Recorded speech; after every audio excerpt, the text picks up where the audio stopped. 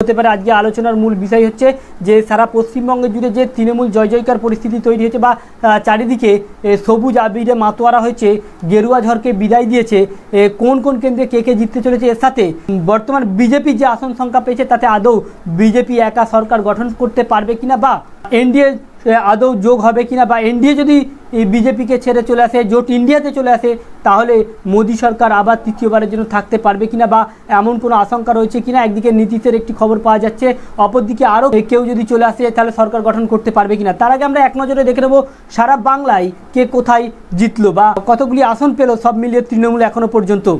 এই মুহূর্তে যারা আমাদের সঙ্গে লাইভে রয়েছেন ভিডিওটিকে অবশ্যই একটা লাইক করবেন, সাথে সাথে শেয়ার করে দেবেন। প্রথমেই আমরা চোখ রাখবো, দেখুন এই মুহূর্তে সারা বাংলা জুড়ে 42টি আসনের মধ্যে এখনও পর্যন্ত রেজাল্ট অনুপাতে তৃণমূল পেয়েছে 29টি আসন এবং বিজেপি পেয়েছে 12টি আসন এবং এর সাথে কংগ্রেস পেয়েছে 1টি আসন।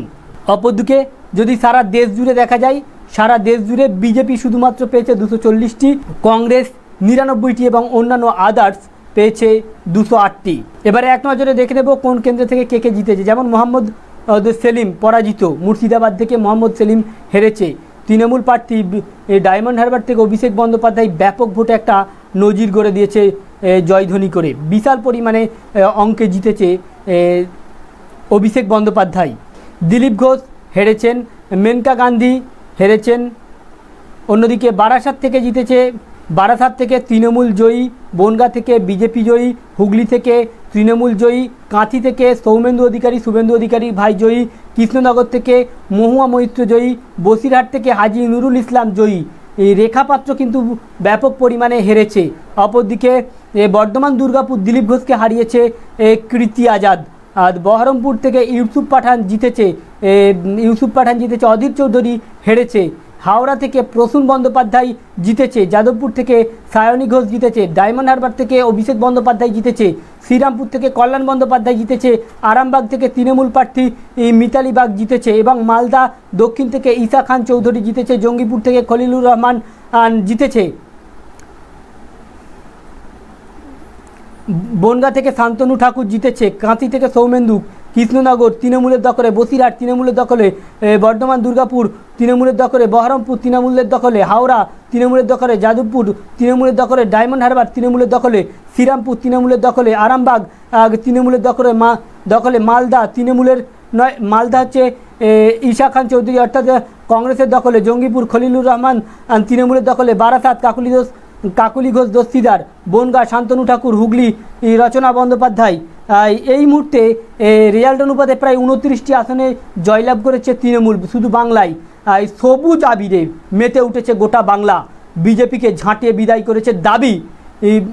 দাবি হচ্ছে তৃণমূল ভক্তদের, তারা বাংলার উন্নয়নের পক্ষে যোগ দিয়েছে এমনটাই দাবি করেছে। ধর্মের মেরুকরণের প্রতি তারা রাজনীতি বিশ্বাসী নয়, শুভেন্দু অধিকারীর প্রতি আস্থা ছেড়েছে। কারণ শুভেন্দু অধিকারী যে থেকে এসেছে, এখনও পর্যন্ত রিপোর্ট মোতাবেক যে থেকে শুভেন্দু অধিকারী বিজেপিতে এসেছে, বিজেপির যে প্রাক্তন নেতারা যারা বিজেপিকে 18টা সিট এনে দিয়েছে তাদেরকে মিলিন হয়ে যেতে দেখা যাচ্ছে। দিলীপ ঘোষ পরাজিত হয়েছে, এমনকি রাহুল সিনহা যে তারও কোনো নাম নিশানা পাওয়া যাচ্ছে না।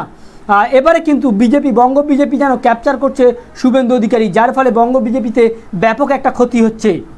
অন্যদিকে এবারে যদি লোকসভা নির্বাচন গোটা দেশ জুড়ে আমরা দেখতে চাই, যেখানে এনডিএ অর্থাৎ জোট, বিজেপির সঙ্গে যারা জোট করেছে তারা পেয়েছে টোটাল 290 থেকে 91টির মধ্যে।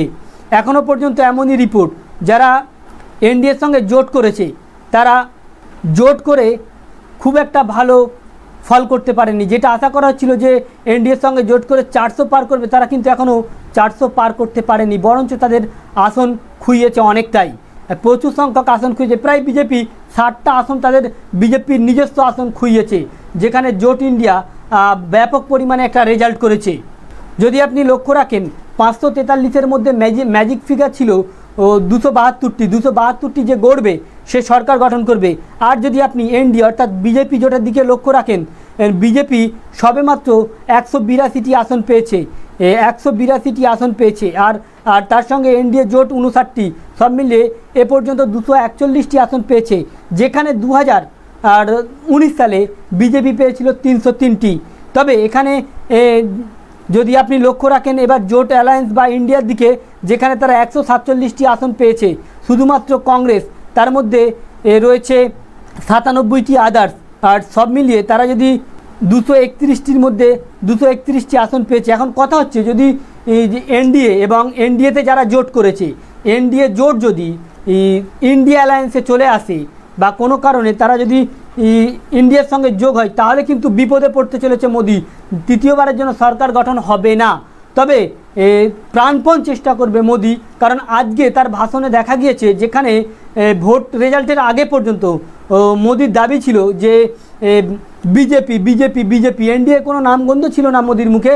আজকে কিন্তু তাদের রেজাল্ট দেখে এনডিএর জয়গান গাইতে শুরু করে দিয়েছে। কারণ যদি এনডিএ বা যারা জোট হয়ে রয়েছে তারা যদি সরে যায় বা বিগড়ে যায়, তাহলে সরকার গঠন নাও হতে পারে বিজেপির। হ্যাঁ, একদম ঠিকই শুনেছেন। আজকের যে লাইভ ভাষণ দিয়েছে, সেই লাইভ ভাষণ থেকে কিন্তু এটাই পরিষ্কার, এবারে বিজেপি অর্থাৎ মোদি এনডিএকে পাকড়ে ধরার চেষ্টা করছে। তাদের তেল মাখানো, বাংলা কথায় যাকে বলে তেল মাখানোর চেষ্টা করছে, তাতে যাতে তারা নারাজ না হয়ে যায় বা যাতে তারা রেগে না যায়। কারণ এই সময় এনডিএকে খুব প্রয়োজন, যে জোট রয়েছে তাকে খুব প্রয়োজন। কারণ যদি বিজেপির নিজস্ব ভোট থেকে কিছু যদি কেটে যায় এবং এনডিএ যদি ইন্ডিয়া অ্যালায়েন্সের কাছে চলে আসে, তাহলে কিন্তু সরকার গঠন করা বিজেপির জন্য খুব মুশকিল হয়ে পড়বে। আর ইন্ডিয়া যে পরিমাণে পরিশ্রম করেছে, জোট ইন্ডিয়া, যেখানে বাংলায় 29টি আসন তৃণমূলের, এছাড়া কংগ্রেসের নিজস্ব আসন রয়েছে বিভিন্ন রাজ্যে, যেখানে ব্যাপক পরিমাণে ফল করেছে ইন্ডিয়া অ্যালায়েন্স, বা কংগ্রেস যেখানে ভালো পরিমাণে রেজাল্ট করেছে, তারা যদি একত্রিত হয়ে যায় বা তারা যদি দেশকে গড়তে রাজি থাকে, তাহলে কিন্তু আবারও জোট সরকার গঠন হওয়া খুব একটা মুশকিল হবে না। যদিও এখন ভোট গণনা চলাকালীন থেকে নীতিশ বিগড়ে গিয়েছে, কারণ নীতিশের কোনো গ্যারান্টি নেই। তাকে এক কথায় দলবদলু বলা চলে। সে কখন কোন মুহূর্তে পাল্টি খেয়ে যাবে কেউ জানতেও পারবে না, অথচ সে পাল্টি খেয়ে যাবে। তাই এখন ভয় ধরাচ্ছে বিজেপিকে এটাই, যদি এনডিএ যারা রয়েছে তারা যদি কোনো কারণে তারা যদি কোনো কারণে ইন্ডিয়া অ্যালায়েন্সে চলে আসে, তাহলে কিন্তু বিপদের মুখে পড়তে পারে প্রধানমন্ত্রী, বা তৃতীয়বারের জন্য সরকার গঠনের এই স্বপ্ন ব্যর্থ হতে পারে। তো ফ্রেন্ডস, যারা এই মুহূর্তে আমাদের সঙ্গে লাইভে রয়েছেন, কে কোথায় থেকে ভিডিওটি দেখছেন কমেন্ট বক্সে লিখে জানাবেন। তো ফ্রেন্ডস, এই ছিল মূলত আজকের আপডেট। আমাদের উদ্দেশ্য ছিল কেবলমাত্র এই আপডেটটি আপনাদের সামনে উপস্থাপন করা, যাতে আপনাদের জানতে বুঝতে সুবিধা হয়ে থাকে। যদি ভালো লেগে থাকে ভিডিওটিকে অবশ্যই একটা লাইক করবেন, সাথে সাথে শেয়ার করবেন। Thank you friends, thank you for watching.